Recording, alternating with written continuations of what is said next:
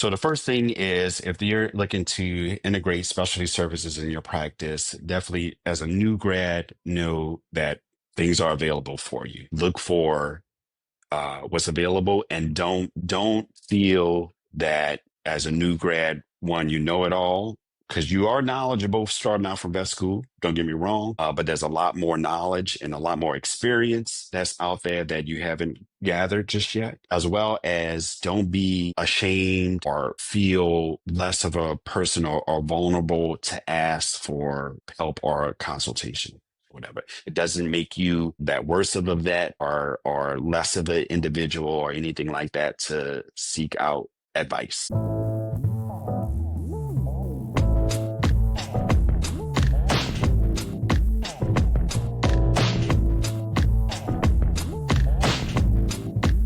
All right, guys, welcome back to the Winner's Circle. Welcome back to the Winner's Circle. Today, I have somebody extraordinary on the show today, and we're going to be discussing a very fantastic topic. You know, we have a fantastic guest today, who's making waves in the veterinary community, Dr. Kenneth Pierce. As the chief Hello. executive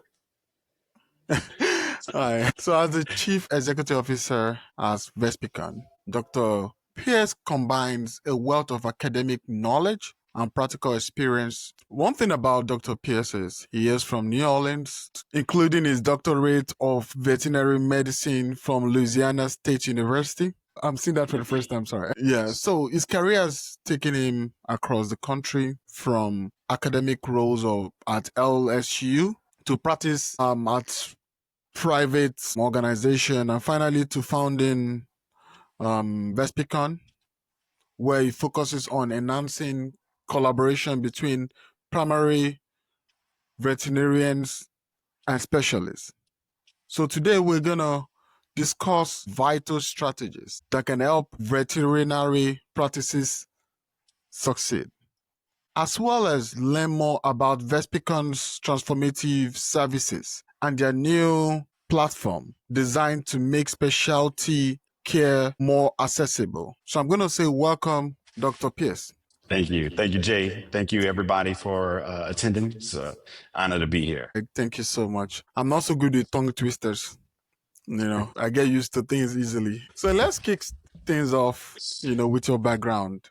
Yeah. Can you share what inspired you to become a veterinarian? Yeah. So growing up in New Orleans, as a child, people ask you what you want to be, and doctor was on the list. But one of the stipulations I had as a kid, not knowing, was that I didn't want to work on people. So, speaking with my family through their guidance, they steered me towards veterinary medicine as an option. And at the time, there was only one African American veterinarian in the city of New Orleans. So I shadowed and spent some time with that veterinarian. I eventually became his kennel tech, veterinary assistant, kind of worked up to the kind of lead nurse, and then went on to undergrad. So at least veterinary medicine as a career started there in high school. And then throughout undergrad and as I got into vet school, I decided that I wanted to at least do more, become a specialist, and not just stop right after vet school. And initially, cardiology and neurology were the two specialties that had high interest of mine. But then after having ophthalmology as a class, took to it immediately. It was very, very easy and fascinating.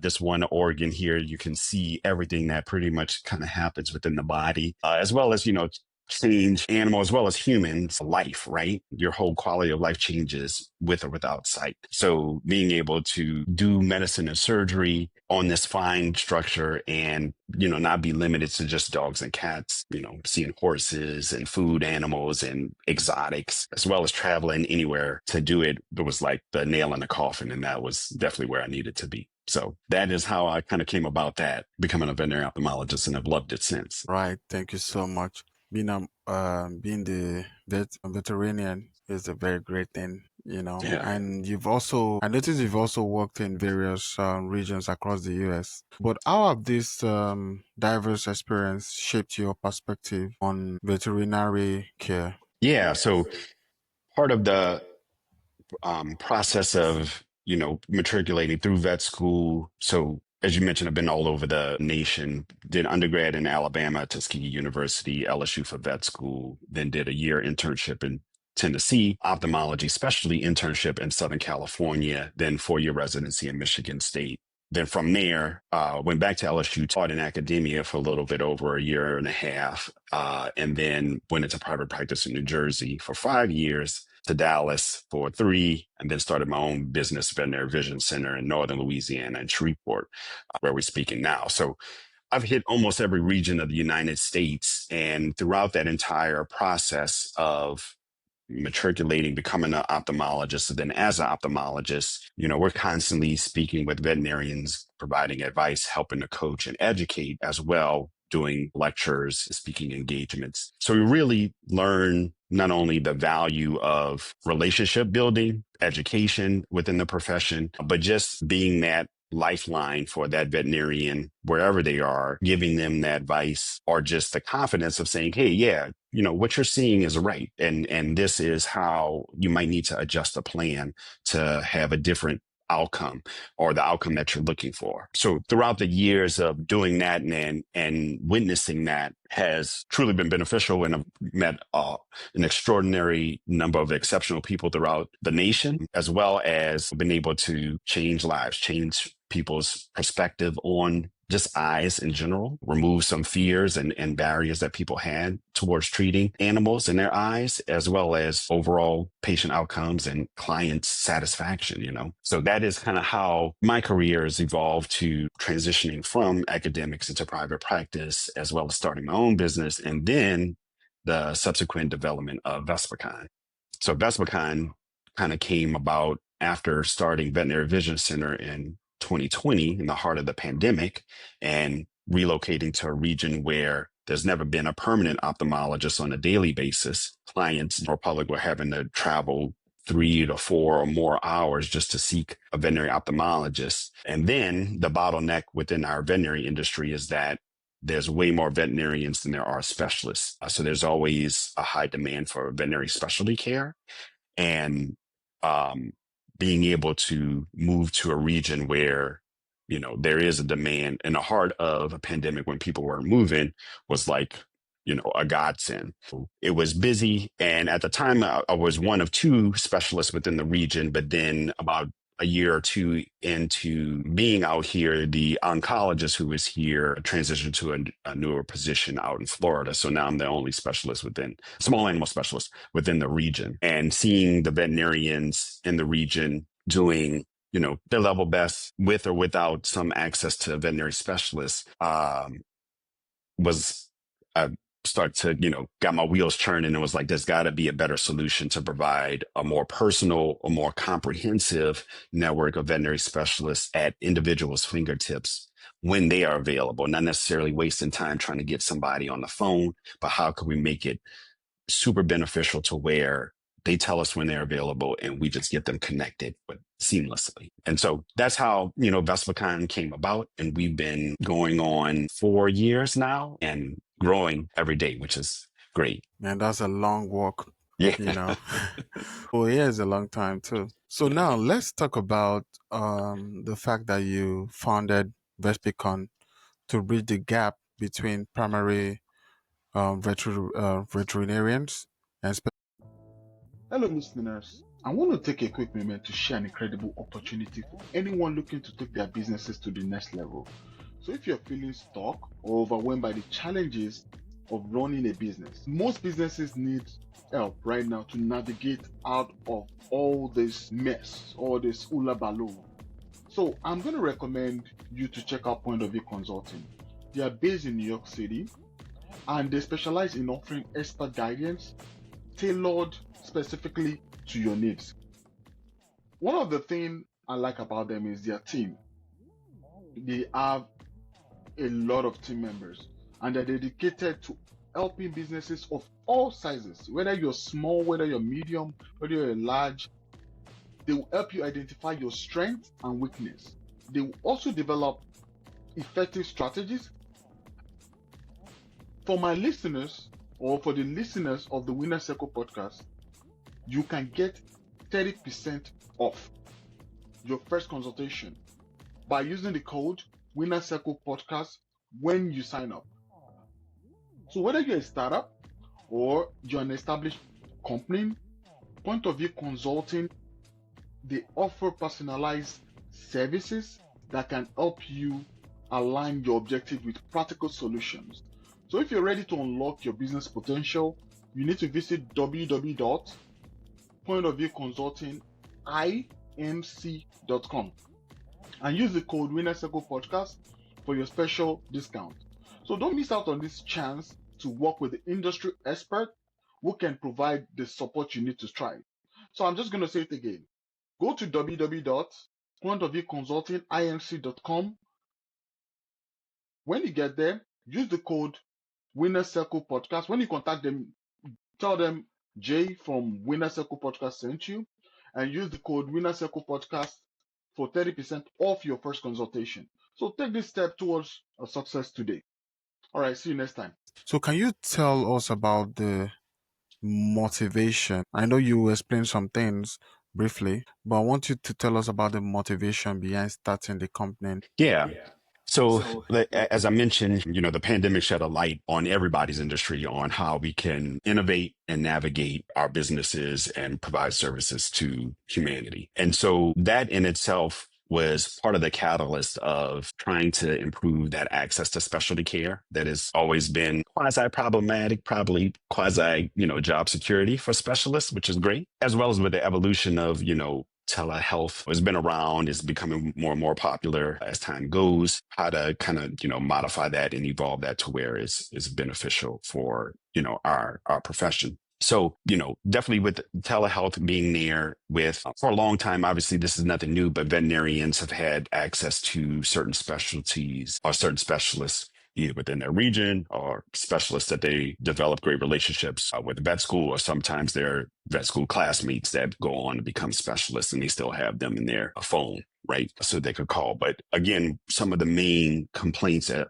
are reoccurring themes as we talk with veterinarians and colleagues and things like that is if you ask them about you have access to internists, they will say yeah, but if you have access to a dermatologist, they'll be like no, or ophthalmologist or oncologist. So there was always, I have some, but I don't have all, right? And we all know sometimes you don't know you need something until you need it, right? And if you never have access to it, you don't gain, and that's opportunity lost. So hearing that and being aware of that, as well as hearing from, some of the experiences of veterinarians that have with our competitors, that impersonal nature of things, right? They submit information and they get a response back. Sometimes it's not what they were looking for. Sometimes they still have questions that they don't get answered. Sometimes it's difficult to either get the person on either the phone or however means of communication that they're using, or even if they got a report, get that person back to talk. Just was like, there's got to be, again, a better solution. And so talking to folks, being aware of the industry, barriers and limitations. And along that, one of the biggest barriers is just expense to clients, and clients pushing back, saying, especially if they're, on a budget, I'm not going to spend my money on this consultation. Doc, I trust you. You do the best that you can. I would rather spend it on a treatment. And that in itself hinders the veterinarian from learning. It hinders the client from potentially, having a more successful outcome, as well as, building even more loyalty and trust with their veterinarian, right? Whereas Vespicon, one of the main business models that we have is a subscription model. And we actually recommend that the hospital has the subscription as an investment in their doctors, right? So the hospital pays for it and don't even charge the client, and encourage the doctors to use and abuse our service, right?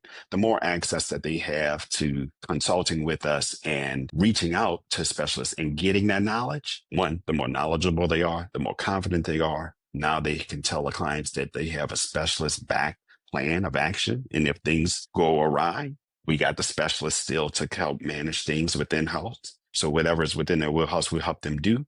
And then that is one less cost that they're spending, that they charging the client for. So now the client thinks now they're getting even more value, right? And their money is going towards a more effective treatment within their veterinarian. So the data that we're getting is not only is the veterinarians over time doing more consults with us, which is great, but they're also generating more revenue and they having better patient outcomes, which is exceptional. And that's what we want and we strive for. We do provide the a la carte option or individual case base, but from that, we even see that usage is low because again, they haven't had that awkward conversation with owners about finances, which is a nice study by the AVMA that showed that that is one of the major complaints from veterinarians is just having to have financial conversations about tests or things. And then the clients telling them no again, no, I'm not going to spend my money on a consult. I'm going to spend my money on the treatment because I only have so much amount of money. So if,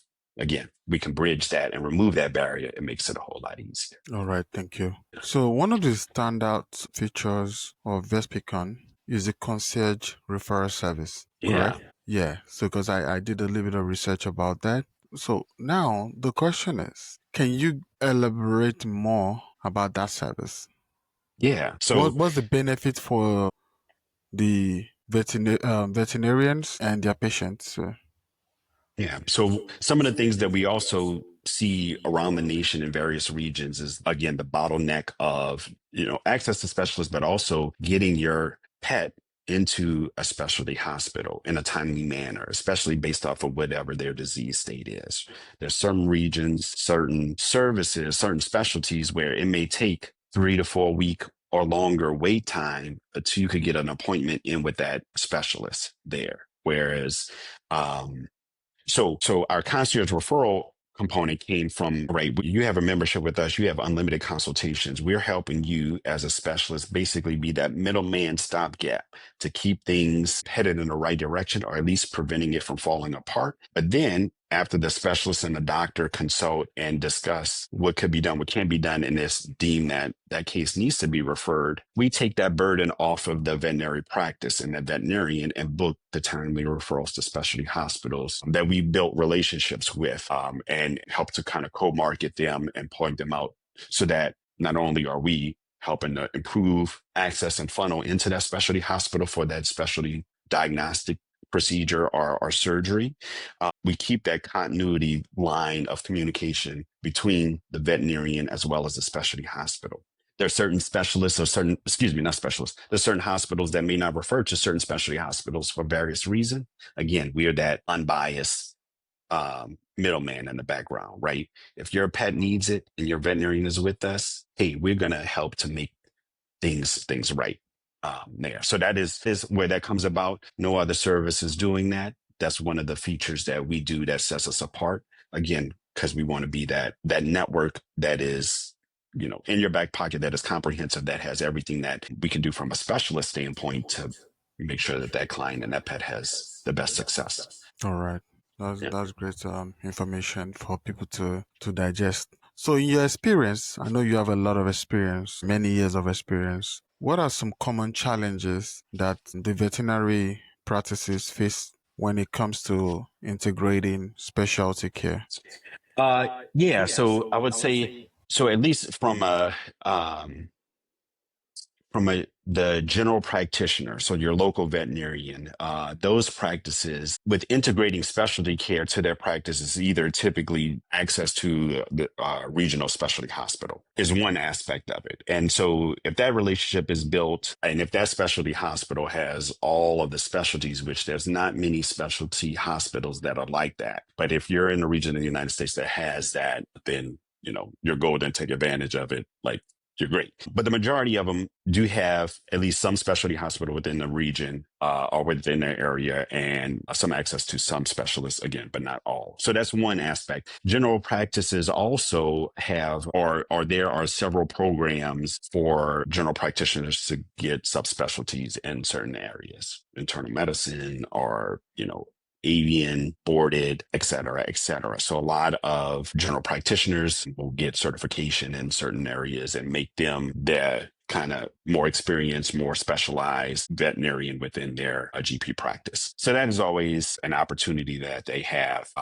And then again, kind of just taking advantages of various services or businesses like Vespicon, where they have either access to like on the spot continuing education or or actual lectures, webinars, and things like that makes them even better. And that's one of the newest things that Vespicon will be rolling out here in the next month is actually our CE arm of Vespicon. So for non-members as well as members from our network of specialists that you're seeing and having consultations with, we also have specialist presentations and webinars, live virtual forums, Q&A sessions, and more specifically on our Vespicon website. So that's super exciting and something that we're looking forward to. But removing barriers to access to specialty medicine is obviously what we're all about. And there's several different ways that general practitioners can do that.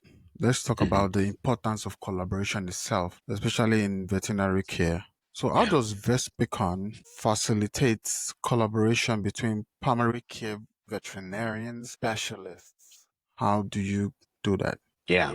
So, example, it was an older dog. I forget all the medical problems and comorbidities that he had, but he had several. But this dog wound up arresting twice that she was able to bring back with consulting with our criticalist and our internist. And through all his comorbidities, kept him alive for an additional 2 years when this dog probably would have passed away. Arrest twice, come back from that twice, and still live an additional 2 years with collaboration with specialists through Vespicon has been amazing is through some of the partnerships that we've made as a company as we've grown. So again, the main focus is consulting, also provide the concierge referral service. We also do some teleradiology and telecardiology support that are services for general practitioners to help. But as specialists, there's some services that we do that we've been able to bridge and bring into Vespicon, of which providing specialty advisory support on insurance claims. So we've been able to partner with Embrace Pet Insurance and Independent Pet Group, which are two insurance companies there.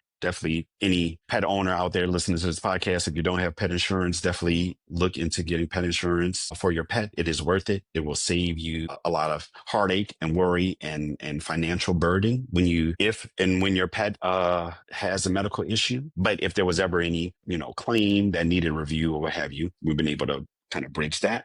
We also provide support for some reference laboratories, one of which is B&L Laboratory out in California. We've partnered with them to, again, help support their clientele and provide them advisory support on questions that come about from values that they're getting off of, blood tests that they're submitting. There's always a aspect of or ways in which we can collaborate and as being specialists and again, having so many specialties represented within our group makes us a really unique hub of support. So if there's anyone that is interested in collaborating and partnering and helping to support whatever business that you have, the door is always open. I'm sure we have contact information at the end, but we'd love to chat with you and see how we can help out.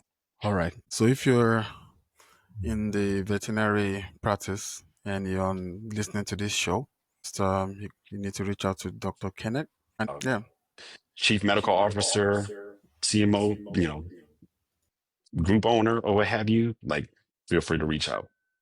right. We've already partnered. So one of our partner groups is like Pet Vet 365. I just want to shout them out. They are the first group that has signed on with us and have been with us for several years. If you have any questions, like reach out to them. They are well versed with us and can give you their experience with us. All right. That's great. So, let's talk about finances because, Mhm. on this show, we have focused more on the business angle of everything. So, in your opinion, what are some key strategies for veterinary practices to improve their financial performance and also patient care simultaneously? Yeah, that's a really good question.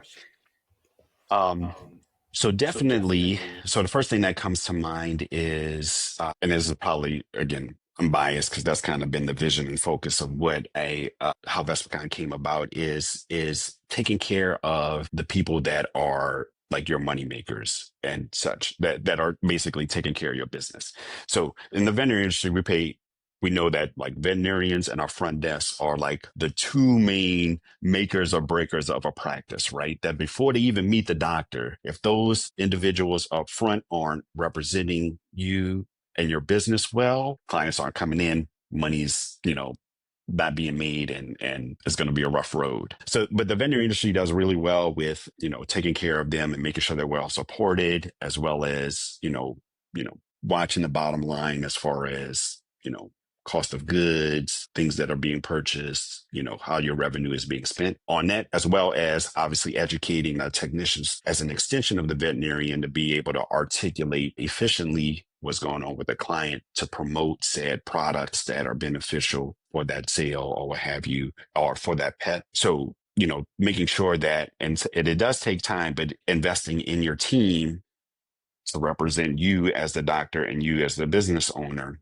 is super important. But sometimes, veterinarians are investing in our veterinarians who are, the ones that are grinding just like our nursing staff to, take care of these animals that's stressed out at night because this one patient or two patients or however many that is super duper sick, that's racking their brain. They've got them coming in all stressed out and worn out from the day before when they had a long day. Having to do that on a daily basis becomes a real problem, and burnout is real within the veterinary industry. And so ways in which that you can support your veterinarian promotes not only happiness within the job, but loyalty, because turnover it's in itself is a problem, right? That changes the entire dynamic of the business, that changes the dynamic of the team and how they work. And if that is happening very often, that doesn't make a practice successful. Investing in your doctors, making sure that they are not only clinically confident and knowledgeable and such, but also financially mindful of things. I think if they have a good business sense of how dollars are being generated, why charges are charged, why are we doing this percentage increase, next year or what have you, that helps them to not necessarily curtail how they practice medicine, but it gives them a good understanding of like what is truly necessary, what is most ideal for that client, what is truly necessary or for that patient, and then kind of what kind of impact that has on the practice itself. If they constantly discounting things because they feel bad or they are unsure or they don't value that their knowledge is, worth things, then that's going to hurt. And granted, every case is different. There's some that need said discount, and then there's others that don't, or what have you. But again, that all helps to make that veterinarian successful, that practice successful, and that case successful. So along those lines, and I'm always bring it back to Vespicon because that's who we hear. So we've also rolled out a whole business admin arm of advisory support. So now your veterinarians can have access to business advice, business leadership, social work, as well as HR support. So if you don't have that in your practice, or if you have questions as a business owner, either you don't have somebody to go to or you want a second opinion, now we are building relationships, getting more professionals and advisors in to provide that advisory support. So we've teamed up with Vet Leaders Coaching, which is a good group of ladies that provide, again, just business advisory support. If you're a veterinarian and have an interest in learning more about business and how things work, or how to run a business, or become more business minded, like we have consulting with them and modules. They have modules where you can learn more, do more, really get a good grasp of things. Especially that's one of the things that is, at least within the past decade or so, has become more prominent in the veterinary curriculum in vet schools is business courses. But I would tell you, when I was in vet school, not going to talk about how long ago that was, there was very limited business courses there, within the curriculum. Otherwise, you had to take, read on your own or do a business minor or what have you.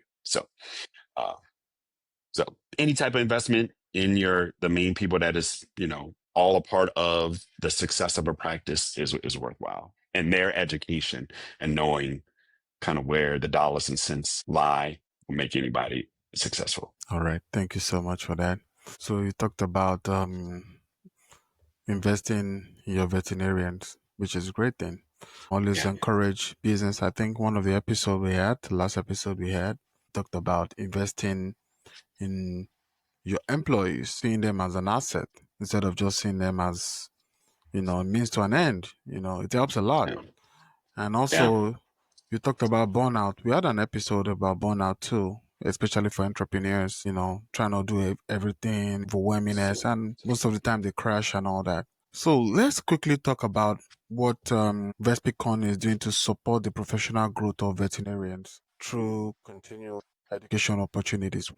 From a continuing education standpoint, our advisors, one, are some are nationwide renowned, very impressive veterinary specialists. Jan Bellows, Joya Griffin, Stacy Leonardi Wilkinson, as well as like international speakers. So they are well versed and very, very knowledgeable, as well as charismatic people that I have the majority of I've known, worked with in various aspects. Some of them even kind of taught during like internships and residencies for a period of time, and brought them to the Vespicon fold to become part of our team, right? And then others that have saw what we've done and decided, hey, I want to be a part of it. But these individuals have already provided, speaking engagements throughout the nation, and like I said, internationally. So you can find them on the speaking circuit. Dr. Stacy and I actually are going to be speaking at the Southeast Veterinary Conference next week. Dr. Stokes is in Mississippi for 4th of July weekend, speaking at those state meetings.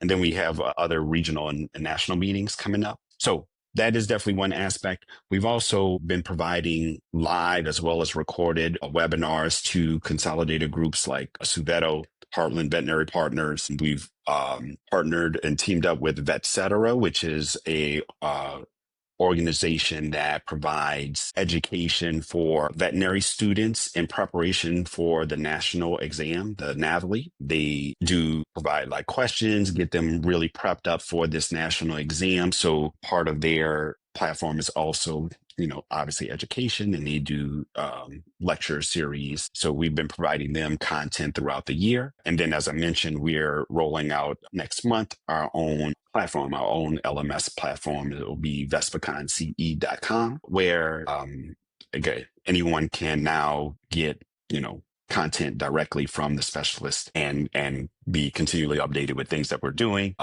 Again, have live webinars and virtual forums, Q&A sessions, and just more improved access to our specialists as well as knowledge there. So yeah, we've been, again, very happy that this has taken off. It was in the establishment of Vespicon and the overall vision goal probably later on, and it's actually sped up very quickly, which is always great when that demand is there as a entrepreneur, business owner, when things are being asked of before the plan, and we've been able to execute efficiently on that, which is excellent. So we're just trying to continue to stay ahead of the curve and build out the vision. Build out the vision. That's a great thing. And for the fact that you've seen the evolution of specialty veterinary care over the years. So now, if I'm going to ask, what trends do you foresee shaping the future of veterinary medicine? Especially now that we have AI Yeah.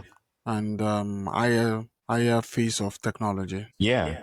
So, as you mentioned, AI is here. It's been here, definitely in the veterinary radiology field. That was probably, and don't quote me on this, if it wasn't the first, it was definitely very early, or the first or second specialty that it has been implemented in. But already, it is becoming, AI is being ingrained in, client services front end, as far as like appointment building, medical records, formation and templates. It's going to get to a point where, AI, you're putting in symptoms and AI is telling you what the diagnosis is and all that. Now, obviously, there's always going to need to be that physical in-person aspect of it. So it won't replace veterinarians. I wouldn't, as far as like the general public, get on that bandwagon of, I'm not going to see my vet. I'm going to just plug things in and then kind of treat and all that.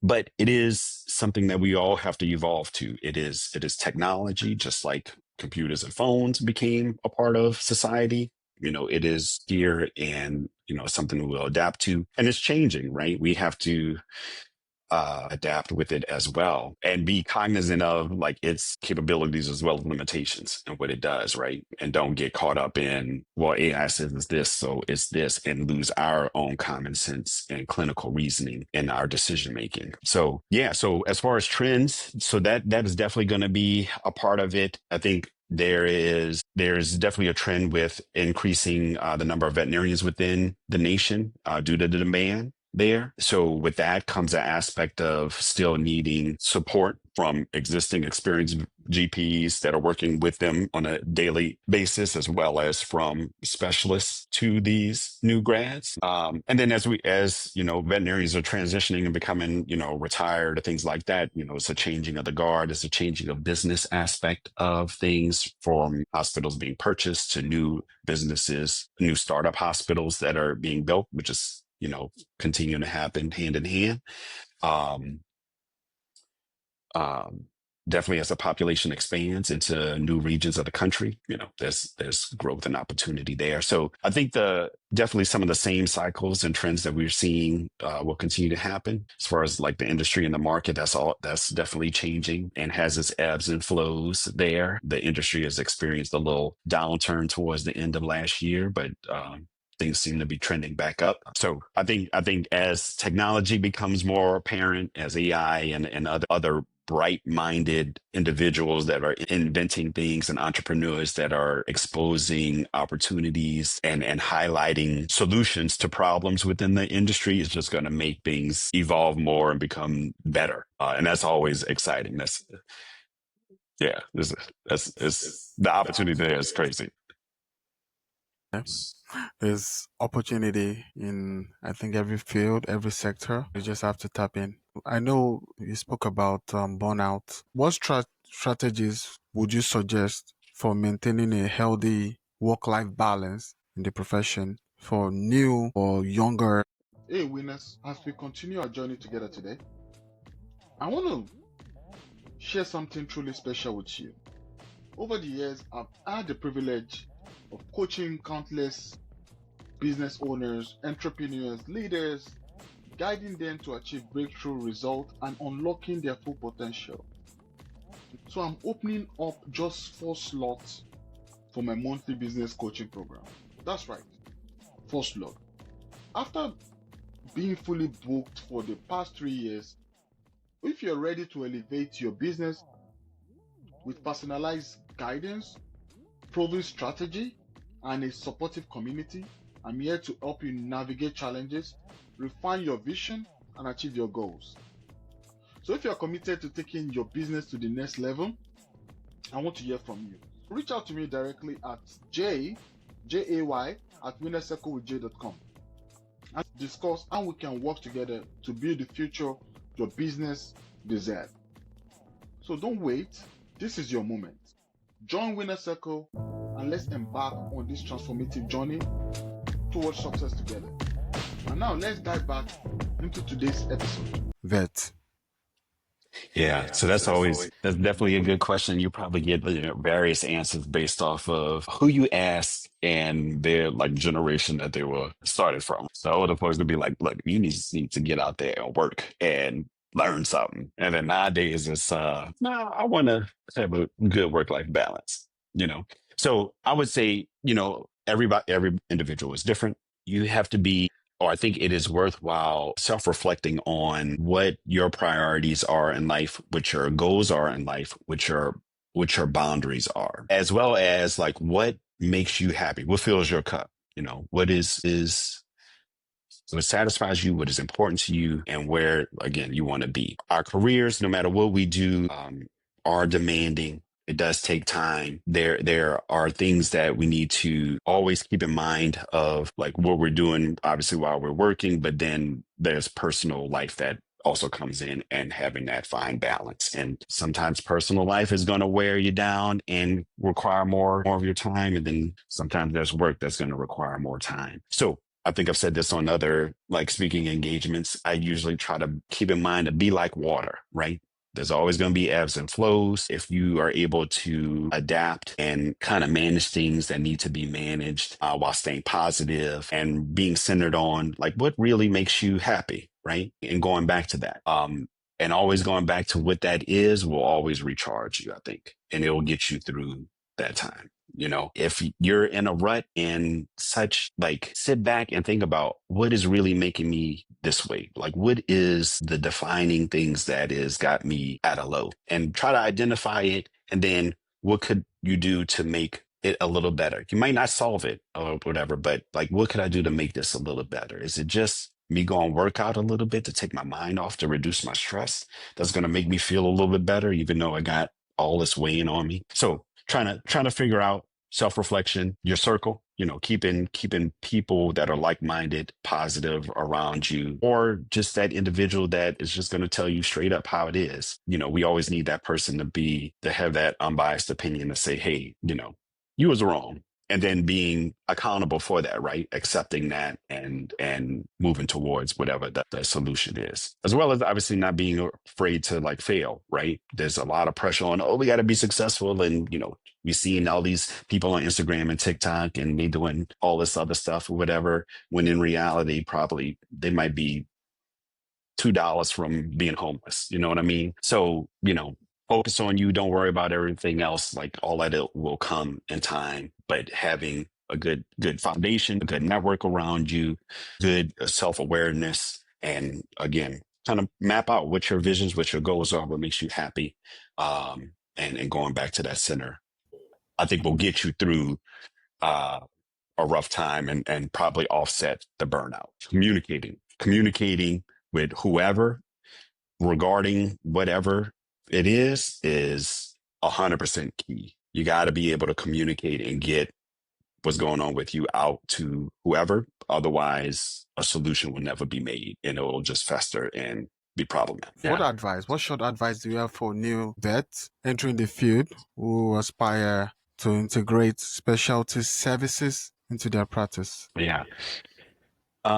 So the first thing is, if you're looking to integrate specialty services in your practice, definitely as a new grad, know that things are available for you. Look for what's available, and don't feel that as a new grad, one, you know it all, because you are knowledgeable starting out from vet school. Don't get me wrong, but there's a lot more knowledge and a lot more experience that's out there that you haven't gathered just yet. As well as, don't be ashamed or feel less of a person or vulnerable to ask for help or consultation. Whatever. It doesn't make you that worse of a vet or less of an individual or anything like that to seek out advice there, no matter what form, whether it's a test, whether it's a consultation, whether it's just going to talk to somebody or read a book or read a journal. Knowledge is power, and take advantage of that. Being able to spend time with specialists, even on your off day. Yeah, it's going to take you away from, personal life, but that small sacrifice, you may gain, new experience on how to do a whole new surgery. And now you're the main person at your practice doing this surgery and being successful at it. So it's early for a better outcome later on is always worth it. Again, and that's basically an investment in yourself, right? Investing in yourself, it will always make you a better individual. Don't be selfish now, but make sure that your investment is something that not only will benefit you, will benefit others around you there. Thank you so much. You said it all, especially the word invest in yourself. And investing in yourself also has to do with, apart from reading books, doing research, we talk about mentors too. One episode, I think the episode that was published today talked about the role of mentors, especially in business. So mentors are very important also. You can also look for a mentor, somebody who can mentor you. So tell us about the mentors or influences that have played a significant role in your career and how that has shaped your leadership style at Vespicon. The veterinarian that I worked with in New Orleans was George Robinson. He went from a practice owner in New Orleans to former CEO of Heartland Veterinary Partners, which is one of the largest consolidator veterinary groups in the nation. He is definitely a wealth of knowledge and has high business acumen. And again, starting with him as a kennel technician to seeing from this, African-American man in New Orleans that's a veterinarian, that I can do this. Like this is real, right? This is something that is tangible. And so obviously I've been friends with him, for a large portion of my life and continue to bounce things off of him. He is definitely, a business mentor and friend of mine. Maybe my career will be different, right? I might not be a veterinary ophthalmologist. I may be a general practitioner. I might not even be a veterinarian. I might be a physician, you know? So I would say, you know, mentorship and guidance, no matter, you know, and he's just one of many individuals from a, you know, not only a business, but from a leadership standpoint, you know, seeing just think of other practices that I've been to, business owners or people just kind of take lead roles in meetings or how to talk to individuals. Like all those little things, it doesn't necessarily sometimes have to be an individual figure, but just kind of tips and little things here and there that we're exposed to along the way help build who you are. And, you know, you see something, you're like, "Oh, that was smart. That was a great way to consider or talk to that person. Like that would be something I want to emulate." There's also books on obviously leadership strategies and mentorship roles and such. So, you know, taking advantage of being aware of those things, looking for those things in people or in places or in books or what have you is again part of that investment in yourself there. But you never know where, you know, where you will pick up a jewel here and there. And I wouldn't also hold individuals to such a high regard that they can't fail. You know, we're all human. Not everybody's perfect. So where, you know, you might find great guidance and a wealth of knowledge in an individual in this aspect and another aspect, then it might be like, oh my God, who is this person? Right. So anyway, so I just say like definitely mentorship in all aspects is good. Even, for example, I have a student that is shadowing me now and just talking with them, right? The youth they bring a wealth of knowledge and experience that is different, you know, that I've grown out of, right? And so having them, talking to them, uh, and sharing with them about things is like, I'm sorry, reinnovating or rejuvenating. That's the word I'm looking for. Sorry. But it's rejuvenating, but it also helps to, again, build and grow who you are as a person and as a leader, and being able to reach them, right? Multi-generational. If you can talk to individuals and reach the level of understanding with someone that is older than you, your elder, as well as a youth, and put everybody on the same page and the same vision, like that's important. All right, thank you so much. As we begin to round off, because we have time fast spent, it's been an interesting episode. Finally, for our listeners who want to learn more about Vespicon or Yeah. connect with you, what's the best way for them to do that? Sure thing. So you can reach us at vespicon.com, spell Vespecon.com. So vespicon.com. My personal email is Dr. Pierce, DRPIERCE at vespicon.com. We're also on LinkedIn, Facebook, Instagram, as well as X at Vespicon. As the handle on Instagram is Vespicon VSC. And then our CE platform, check back in with us next month. It will be rolling out is Vespicon CE. All right, thank you so much, Dr. Pierce, for sharing your invaluable insight and also the amazing work you're doing with Vespicon now. And I Thank can you, Jay. You're welcome. Then, as you can see, it's clear that the strategies you're advocating for can truly, change the way veterinary practices operate. How do you foster an environment of innovation within your team at Vespicon? And also, what goals do you have for Vespicon and how do you envision its role in the veterinary industry as it evolves? Yeah, so I would say from a innovation aspect within Vespicon, as we continue to grow, obviously, you know, we will adapt more kind of AI within our kind of platform and scheme of things to make things just more efficient and the experience between the specialist and the veterinarian just even better, right? You know, time management, especially from a veterinarian that is having to deal with multiple cases, to also kind of talk with a specialist and get back to what they need to do is very important. And we want to make that as seamless and streamlined as possible. So we're always going to be working towards that, as well as, you know, for our specialists, our advisors, you know, they have to have the time that they need to do what they need to do and get back and consult. I'm sorry, what was the second aspect of the question there?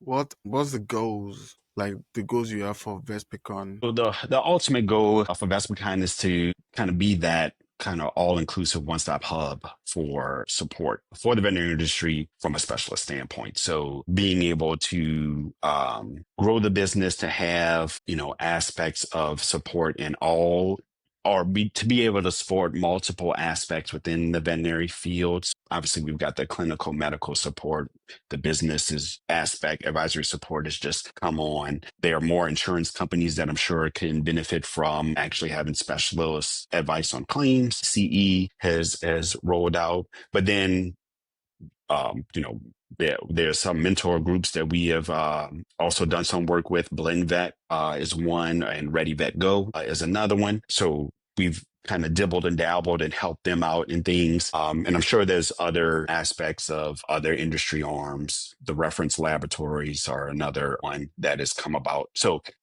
just trying to keep the opportunity doors open, have conversations with industry entrepreneurs and business owners about where we can help support them, where their needs are, what it may look like, even from an academic standpoint of, as we're bringing in more students, but again, number of specialists is limited, education is still needed, and having courses and things like that is part of it. And so sometimes getting academic faculty into into institutions is difficult. Hey, Vespicon, we got it, and we can help in that aspect, so that there's opportunities everywhere. It's just, keeping the door open, having conversation, and seeing what can be done. Right. Thank you so much for that last words. So if you found today's episode informative, please consider subscribing to the Winner's Circle podcast. Share it with your colleagues in the veterinary field, in the business world. And remember, the key to keep thriving in practice is not only providing care, but also is how we can collaborate and innovate together. So you need to take note of that. Until next time, join us as we continue to explore insight from leaders in various industries. Until then, keep striving for excellence in your practice, and thank you for being part of the Winner's Circle. I want to say thank you once again to Dr. Pierce, and hopefully we have you on the show some other times. All right, Yes, guys. I would Have a nice day, guys. love that. Thank you. All right, bye.